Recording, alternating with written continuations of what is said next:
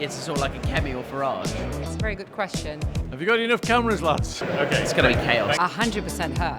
She tells the truth. I agree with you on that. I don't agree. He's got as much idea about energy as one of my cats. No one would trust Farage to look after their cat. That was a very diplomatic answer from you. Farage can deliver a fantastic speech on the stump without having to look at notes. Kemi struggles to do that in comparison. Inspirational yesterday. Another Thatcher in the making. If you're looking for charismatic and not honesty, you might win on this one. But if you're looking for charisma that's honest, I think she might win. I think she's actually quite personable. I know a lot of people might want to go for a beer with the other one, but it's politics, not who you want to go to the pub with. Farage is less solid than Kemi, but Farage's got the experience. No one would trust Farage to look after their cat. It's Farage, easily. He's certainly got the most charisma. Because that's all he has. The polls are showing it. Farage is miles ahead of us. It's just, dodgy bloke.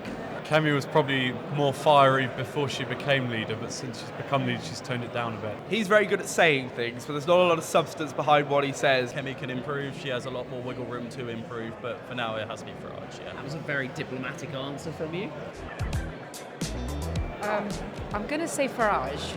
And the reason why I say that is because it's a new party. So it's a one-man show, by the way. So that's why he's got more control. I don't agree. I think Kemi has more support from the party. There may be people who disagree with her, but I think if we look back at what's happened in the past, it's been pretty solid. Even if people are sending out different messages, we're a broad church. But how much does he have control? I mean, he lost Rupert Lowe. Yeah, well, he kicks them out. There's quite a lot of. He has people at his conference who spout anti-vax opinions, and then he's like, "Oh no, we didn't want that." I think she's got good control. Yeah, and he's got what's the word? Despotic control. The Reform Party is a one-man band. It's Farage. Essentially, if you don't follow the line, you're not in the party. He owns basically the entire party himself.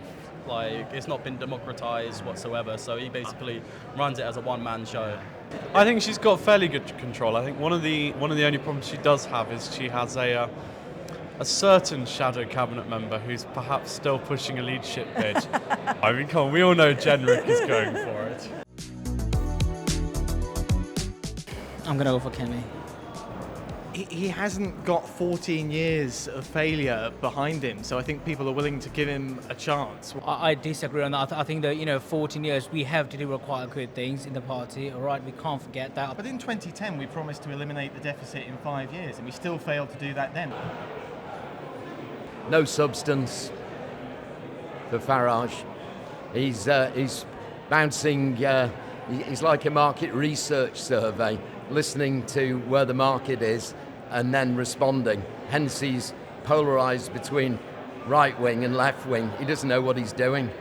100% her. She's been absolutely brilliant on PMQs. She's a great, debater. Well, she's actually got coherent policies. Not something she wrote on the back of a fag packet. In the pub. In the pub, or when he was being really clever or really detailed on the back of a beer mat. Farage and Labour can't take each other on because he is a socialist economically.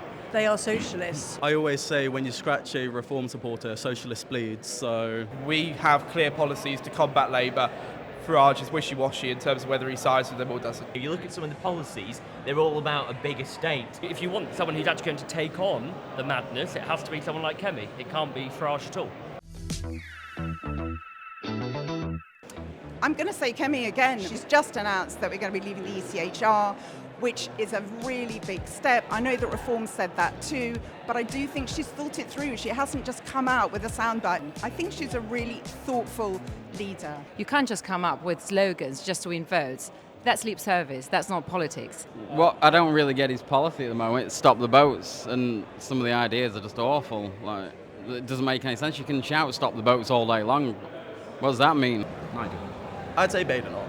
I think it's delirious to say that we're more trusted on immigration at the moment. Kemi managed to get some of the best lawyers in the land to put together all that policy that she announced on immigration. At the moment, the headlines are Conservatives announced we'll leave the ECHR, Well, Nigel and Reform announced that before the last general election. Well, Well, it's got to be Farage, hasn't it? I think I'm going to go for Kemi. I think we will see. We are going to see more and more, you know, in the next election, Conservative councillors in 2026. Who will be happiest? It's a very good question.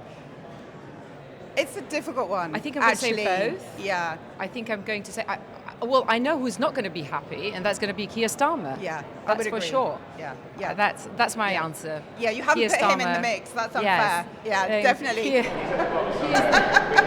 Well, we can leave him there. Don't worry. It's absolutely not needed. But Well, I think I think at both. the moment both. Yeah, I mean, he I will, think she will. both. Yes, Yeah, I definitely think both. Farage's party is very volatile. Things change, and I don't think our party is volatile at the moment. People might say, oh, why aren't we doing more singing and dancing? But actually, we're being solid, we're being sensible. Anything could happen with Farage between now and the next election. What is it, 3.5, 4 years away? Who knows? The Conservative Party at the moment has a bit of a reputation for flip-flopping with leaders. And there are rumours about... Oh, God. No. I hadn't realised. I hadn't realised that one, bro. Fifth conference and I think fifth leader. I know, yeah, every party conference. Yeah, literally. I'm going to say Kemi because she has to. We got too caught up in the revolving door leadership situation. I genuinely think in 2029 there won't be a Reform Party. The entire Reform Party do not get along. I think we give them too much oxygen, and we just need to ignore them now. We are still the Worst party enemy, known for regicide. We're here talking about, might there be a leadership challenge against Kemi? She's immune for another month. Maybe there's going to be one after. Will it be after May? Who knows? That's what we're all here talking about. They aren't talking about that at Reform Conference. The plus side is we have lots of capable politicians. The downside is that they all want Kemi's job. We cannot keep chucking leader after leader out. But I'm not sure whether we'll manage it. Something to aim for, hey? So it's something to aim for. I'm definitely hopeful. I wanted to do that. For the spending, Kemi. For the tax cuts, Farage. Farage has taken the easy choices with cutting taxes as opposed to cutting spending. But I hope that his Thatcherite instincts will come through and he'll cut spending just as much as Kemi would if he became Prime Minister. Or will it be all bluff? We don't know. Yeah, I don't know. Head and shoulders above the rest, yes. Yeah. Not just between the two, but between all the parties. You can't just spend money willy-nilly. You've got to have some sort of plan to put it all together. And he's got as much idea about energy as one of my cats.